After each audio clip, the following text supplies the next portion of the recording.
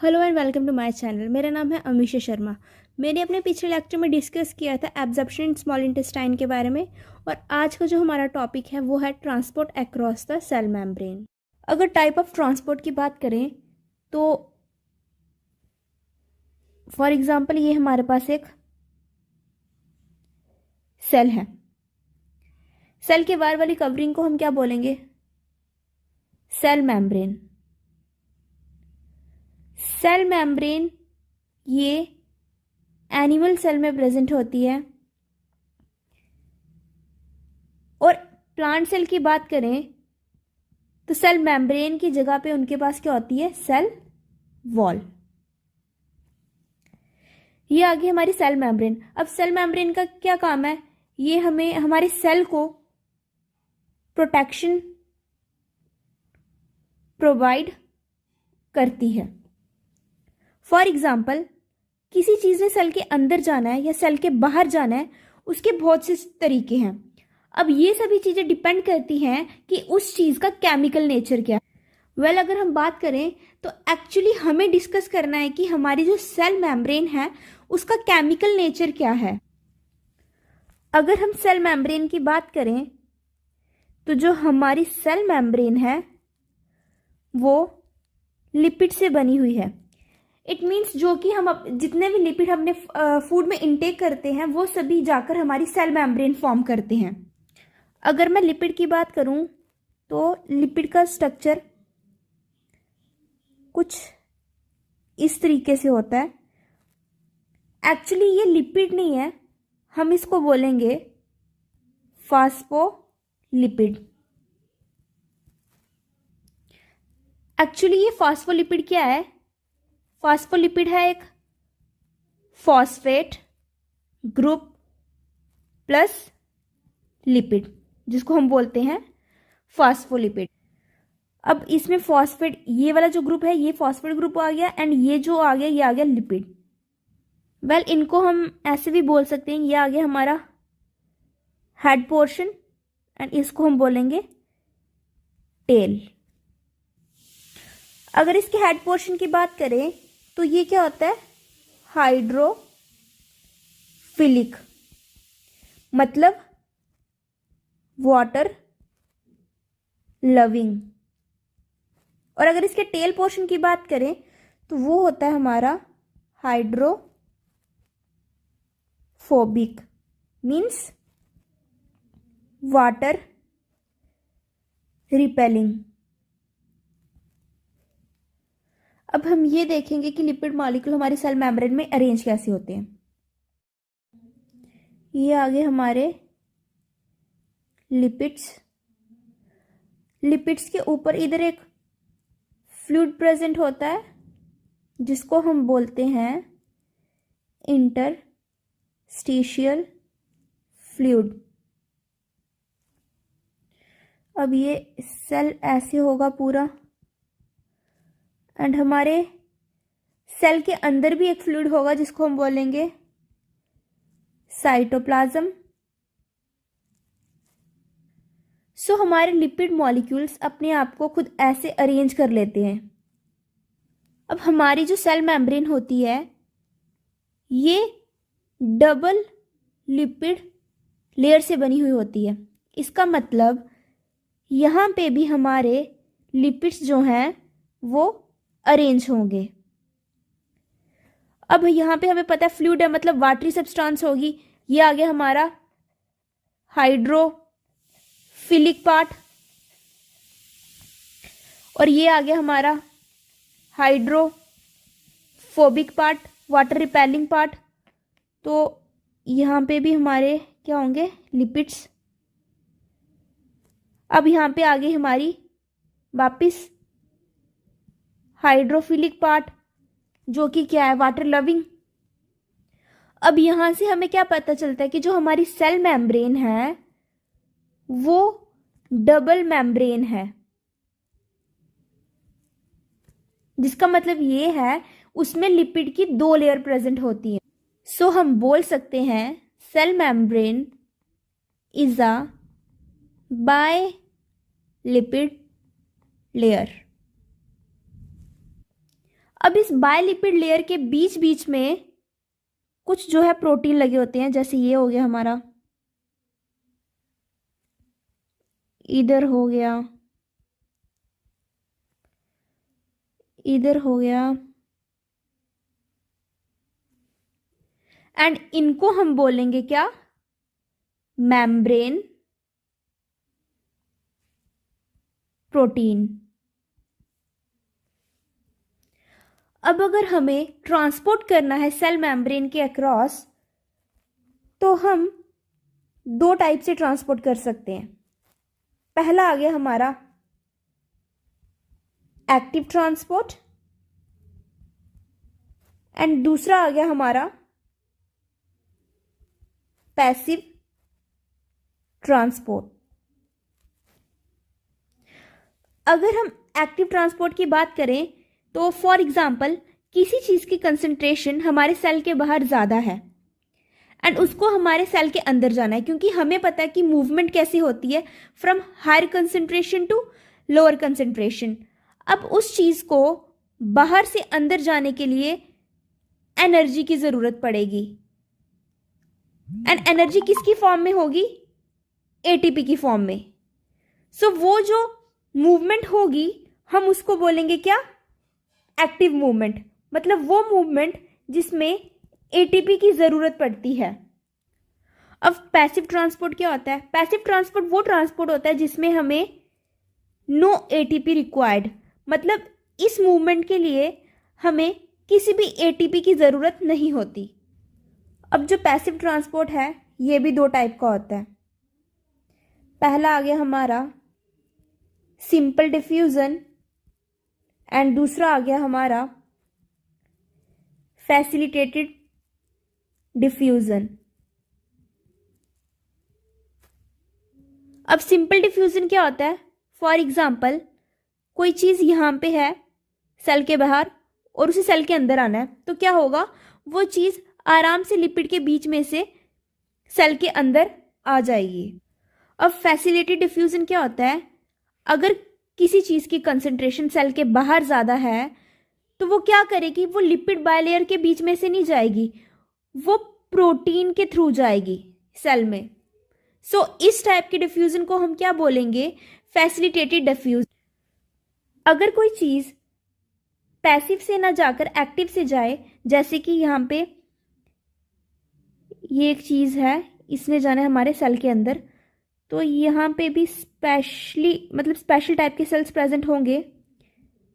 And हमें पता ही है कि जब एक्टिव ट्रांसपोर्ट की बात आती है तो यहाँ पे ऑफ कोर्स एटीपी की रिक्वायरमेंट भी होती है, और इन सेल्स को हम क्या बोलते हैं, पंप। ये किस केस में है, एक्टिव ट्रांसपोर्ट की। सो हम बोल सकते हैं कि एक्टिव ट्रांसपोर्ट की जब बात करें तो यहाँ पे हमें पंप रिक्वायर होता है, एंड जब हम पैसिव ट्रांसपोर्ट की बात करें तो यहाँ पे हमारे मूवमेंट के लिए मतलब किस चीज़ की ज़रूरत होती है, मेम्ब्रेन प्रोटीन की।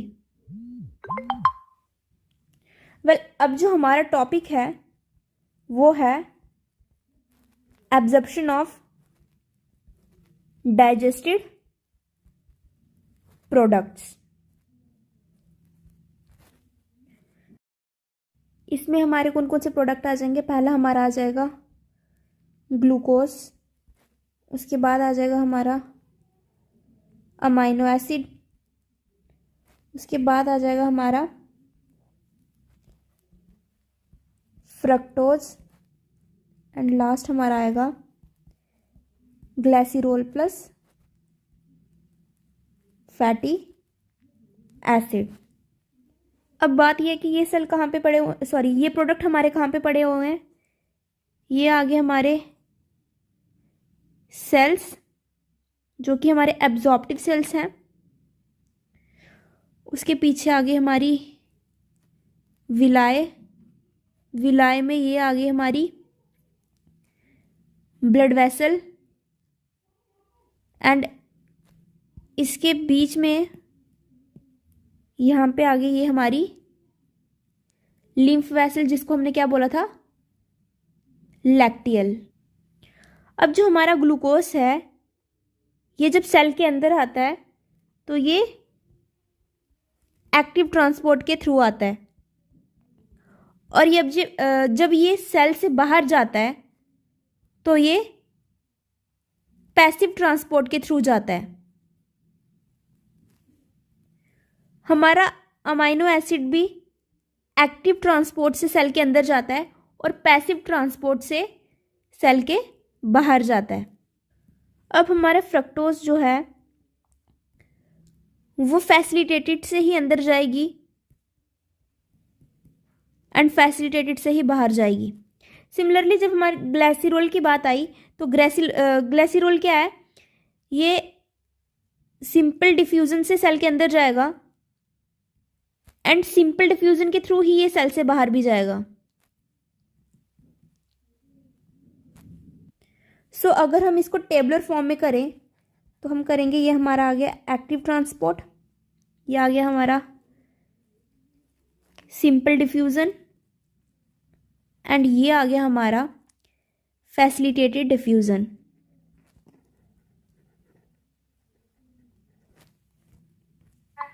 सो जो हमारा ग्लूकोज है वो एक्टिव से भी जाएगा, सिंपल डिफ्यूजन से भी जाएगा एंड फैसिलिटेटेड से भी जाएगा। उसके बाद आ गया हमारा अमाइनो एसिड। अमाइनो एसिड भी एक्टिव से भी जाएगा, सिंपल डिफ्यूजन से भी जाएगा एंड फैसिलिटेटेड डिफ्यूजन से भी जाएगा।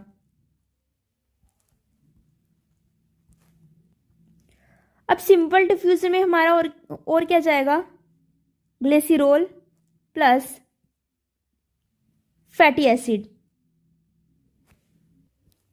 इसमें एक और होगा, वो है क्लोरीन आयन। एक्टिव ट्रांसपोर्ट में हमारा और आएगा सोडियम आयन एंड हमारा फैसिलिटेटेड डिफ्यूजन में एक और आएगा जो है फ्रक्टोज। अब जितने भी प्रोडक्ट हैं जैसे कि हमारा ग्लूकोज हो गया, फ्रक्टोज हो गया, अमाइनो एसिड हो गया, सोडियम आयन हो गया या क्लोरीन आयन हो गया, ये सभी कैसे जाएंगे, ये जाएंगे सबसे पहले एब्जॉर्प्टिव सेल में,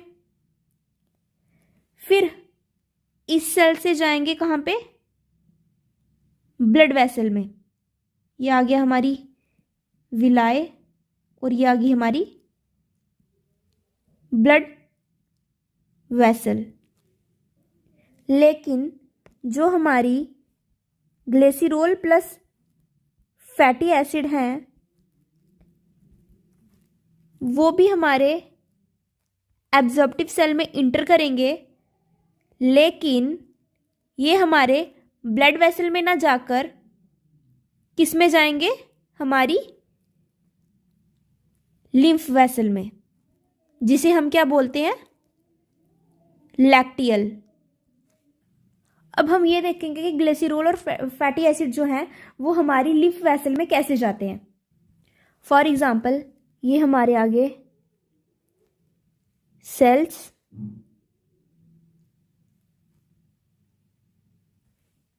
और ये आगे हमारे ग्लिसरॉल एंड फैटी एसिड्स। अब जो ग्लिसरॉल और फैटी एसिड हैं वो हमारे सेल्स के अंदर ईजिली नहीं जा सकते, क्योंकि जो हमारे ग्लिसरॉल और फैटी एसिड हैं वो क्या होते हैं, लिपिड सॉल्युबल होते हैं, और जो हमारी इंटेस्टाइन होती है उसमें इंजाइम्स प्रेजेंट होती हैं, और जो हमारी इंजाइम्स होती हैं वो भी वाटर सॉल्युबल होती है। और हमारे ग्लिसरॉल और फैटी साइड के चारों तरफ जो क्या होता है, जो वाटरी इन्वायरमेंट होता है। ग्लिसरॉल और फैटी एसिड क्या होता है, लिपिड सॉल्युबल होता है, एंड जो हमारी इंटेस्टाइन है उसके अंदर क्या होता है, इंजाइम्स होते हैं, और इंजाइम्स जो हैं वो क्या होते हैं, वाटर सॉल्युबल होते हैं। सो ये ग्लिसरॉल और फैटी एसिड जब हमारी इंटेस्टाइन के अंदर होते हैं तो इनके जो चारों तरफ क्या होता है, वाटरी इन्वायरमेंट होता है, एंड हमें पता है ये क्या होते हैं, हाइड्रोफोबिक इन नेचर। सो हमारे ग्लिसरॉल और फैटी एसिड इन सेल्स तक पहुंच नहीं पा रहे होते हैं। सो इनकी हेल्प के लिए क्या आते हैं, वाइल सॉल्ट। वाइल्ड सॉल्ट का स्ट्रक्चर कैसे होता है, ये कुछ ऐसे दिखते हैं। इसके भी दो पोर्शन होते हैं, ये ऊपर वाले को हम बोलेंगे हेड एंड इसको बोलेंगे टेल। हेड पोर्शन क्या होगा, hydrophilic means water loving, and tail portion क्या होगा, हाइड्रोफोबिक मीन्स वाटर रिपेलिंग। अब ये इनकी हेल्प करेंगे, मतलब ग्लिसरॉल और फैटी एसिड की हेल्प करेंगे इन सेल में जाने के लिए। ये क्या करेंगे, ग्लिसरॉल और फैटी एसिड को ऐसे करके कवर कर लेंगे। ये आ गया इनका हेड पोर्शन और ये आ गया टेल पोर्शन। हेड पोर्शन ये जो होता है वो क्या होता है, वाटर लविंग। सो ये ऐसे करके इनको पानी से बचा लेंगे। अब यहां पे क्या होगा, लिक्विड इन्वायरमेंट, मतलब यहां पे क्या है, वाटर प्रेजेंट है। अब इनकी हेल्प से ये इंटेस्टाइनल सेल के अंदर चले जाएंगे। अब इस पूरे स्ट्रक्चर को क्या बोलते हैं, मिसेल। अब ये क्या करेगा, हमारे जो ग्लिसरॉल और फैटी एसिड को फैटी एसिड जो है उसको अंदर छोड़ देगा और जो हमारे ये वाइल साल्ट है ये बाहर ही रह जाएंगे। सो अब इन सेल के अंदर भी वाटर इन्वायरमेंट होगा और हमें पता है कि ग्लिसरॉल और फैटी एसिड को वाटर इन्वायरमेंट से नफरत है, तो यहाँ पे इनके ऊपर एक और कवरिंग आ जाएगी। अब इनके ऊपर एक और कवरिंग आ गई, एंड ये किस चीज की कवरिंग है, ये है प्रोटीन की कवरिंग। अब इनका एक और नाम है जिसको हम बोलेंगे काइलोमाइक्रॉन। सो इसके बाद क्या होगा, ये वापिस किस में जाएंगे, विलाय में जाएंगे। विलाय में पहले क्या आएगी, हमारी ब्लड वेसल। अब ये ब्लड वेसल के अंदर जाने की कोशिश करेगा लेकिन ये जा नहीं पाएगा क्योंकि ब्लड वेसल के जो पोर होंगे वो काफी छोटे होंगे और काइलोमाइक्रॉन का साइज काफी बड़ा होगा। सो ये क्या करेगा, फिर लैक्टियल के अंदर चला जाएगा। सो ये थी आज की वीडियो। आई होप ये वीडियो आपको अच्छी लगी होगी। अगर ये वीडियो आपको अच्छी लगी है तो वीडियो को लाइक करें, शेयर करें और चैनल को सब्सक्राइब करें।